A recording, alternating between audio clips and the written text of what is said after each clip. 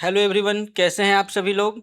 Very warm welcome to in this session. उम्मीद करते हैं बहुत अच्छे होंगे आप लोग और आपकी तैयारी भी बहुत अच्छी चल रही होगी। आज आपके लिए एक जीएस का सेशन लेके आया हूँ। ये एक तरह से मिला जुला सेशन होने वाला है सभी विषयों का। आज हमने किसी स्पेसिफिक सब्जेक्ट को नहीं रखा है। आइए शुरू करते हैं इस सेशन को। तो पहला क्वेश्चन लेते हैं हम लोग। पहला प्रश्न है कि निम्नलिखित में से कौन सी नदी अरब सागर की ओर बहती है और डेल्टा के बजाय एस्यूरी बनाती है। ठीक है।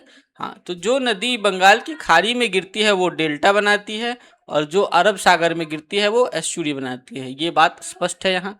और इस प्रश्न का जो सही उत्तर होगा वो नर्मदा नदी हो जाएगा, क्योंकि गोदावरी, कृष्णा, गंगा ये सभी जो है ये नदियाँ बंगाल की खाड़ी में गिरती है और डेल्टा बनाती है। लेकिन पश्चिम की ओर बहने वाली नदी जैसे नर्मदा, ताप्ती ये सभी अरब सागर में गिरती है और मुहाने पर डेल्टा बनाती है। ठीक है। अगला प्रश्न है, बिहार दिवस प्रतिवर्ष किस तिथि को मनाया जाता है। बहुत ही आसान सा क्वेश्चन है। ये 22 मार्च को मनाया जाता है और बिहार को जो है वो 22 मार्च 1912 को मतलब कि ये एक राज्य का दर्जा दिया गया था और बंगाल प्रेसिडेंसी से ये अलग हो गया था। इसी दिन इसीलिए 22 मार्च को प्रत्येक वर्ष बिहार दिवस हम लोग मनाते हैं। और 1916 में, याद रखिएगा कब, 1916 में पटना हाई कोर्ट की स्थापना हुई थी। ठीक है, पटना हाई कोर्ट की स्थापना हुई थी, जो बिहार को एक अपना हाई कोर्ट मिल गया था। अगला प्रश्न देखते हैं हम लोग। अगला प्रश्न है कि मौसम के आधार पर होने वाली बेरोजगारी, जैसे कि रबी या खरीफ फसल के बाद किसानों को कुछ महीनों के लिए बेरोजगार हो जाना, को क्या कहा जाता है। ये मुख्य रूप से किस क्षेत्र में दिखाई देती है। तो इसको हम लोग मौसमी बेरोजगारी कहते हैं और यह मुख्यतः कृषि के क्षेत्र में दिखाई देती है। ठीक है। कृषि के क्षेत्र में जैसे कि फसल हम लोग बो दिए और काटने का समय है, तो इन दोनों समय पे हम लोगों को रोजगार मिलता है। लेकिन बाकी के महीनों में कोई कृषि कार्य नहीं होता है, तो जो मजदूर हैं वो बेरोजगार हो जाते हैं। इसे मौसमी बेरोजगारी कहते हैं हम लोग। अगला प्रश्न देखते हैं। भारतीय संविधान के किस अनुच्छेद के तहत संसद द्वारा राष्ट्रपति पर महाभियोग या इम्पीचमेंट, जिसको अंग्रेजी में कहते हैं, चलाकर उन्हें पद से हटाया जा सकता है। कभी कभी प्रश्न में, परीक्षा में सीधे इम्पीचमेंट लिख दिया जाएगा, महाभियोग नहीं लिखेगा, तो ध्यान दीजिएगा, दोनों ही शब्द आपको याद रहना चाहिए। ठीक है। तो इस प्रश्न का जो सही उत्तर है वो सी ऑप्शन हो जाएगा, अनुच्छेद 61, आर्टिकल 61। ये भारतीय संविधान के अनुच्छेद 61 में बताया गया है कि राष्ट्रपति पर महाभियोग चलाया जाने का जो प्रावधान है वो बताया गया है और जिसका अधिकार केवल पार्लियामेंट यानी संसद के पास है। और अनुच्छेद 108, ठीक है, वो संसद की संयुक्त बैठक से संबंधित है। ये जो आपका अनुच्छेद ऑप्शन डी में दिख रहा है ये संसद की संयुक्त बैठक से संबंधित है। और अनुच्छेद 324 ये जो दिख रहा है बी, ये मतलब चुनाव आयोग से संबंधित है। ठीक है। तो जो सी है आपका वो सही उत्तर हो जाएगा। ठीक है। अगला प्रश्न है, भारत में मतदाता सूची को सामान्य बोलचाल की भाषा में क्या कहा जाता है। बहुत आसान, इसको वोटर लिस्ट कहा जाता है। लेकिन इसको टेक्निकल भाषा में यानी चुनाव आयोग की भाषा में इलेक्टोरल रोल कहा जाता है। ठीक है।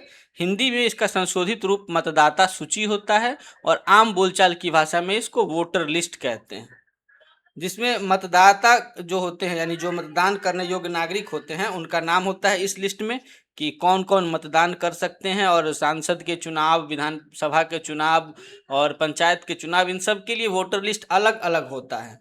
और ये भारत में मतलब प्रतिवर्ष जो 25 जनवरी है उस दिन राष्ट्रीय मतदाता दिवस मनाया जाता है और प्रत्येक चुनाव से पूर्व मतदाता सूची को अपग्रेड किया जाता है कि कौन लोग उनसे बाहर होने वाले हैं और कौन लोग इससे जुड़ने वाले हैं।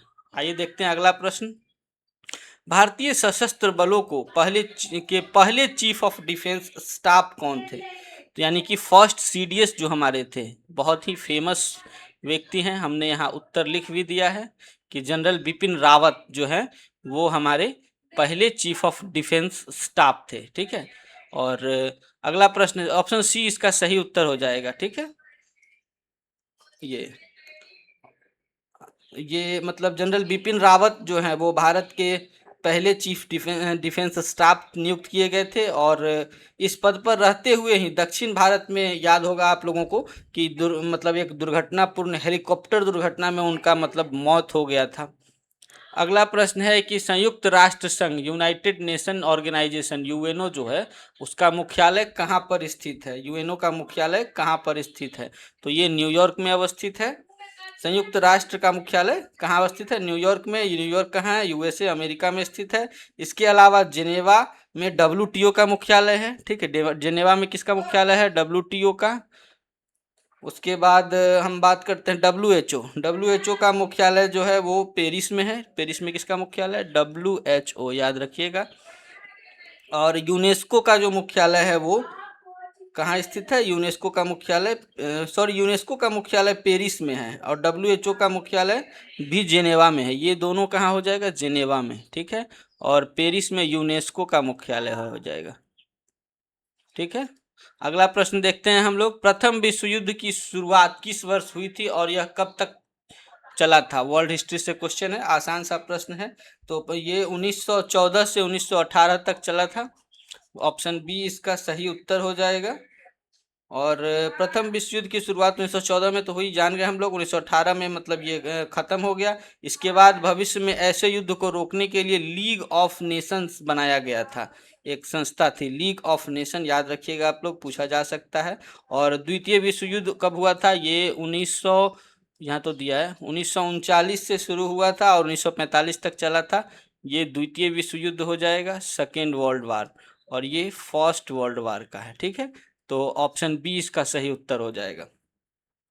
अगला प्रश्न हम लोग देखते हैं कि भारत में राष्ट्रीय मानवाधिकार आयोग यानी कि नेशनल ह्यूमन राइट्स कमीशन का गठन किस वर्ष किया गया था? बहुत अच्छा और इम्पोर्टेंट क्वेश्चन है।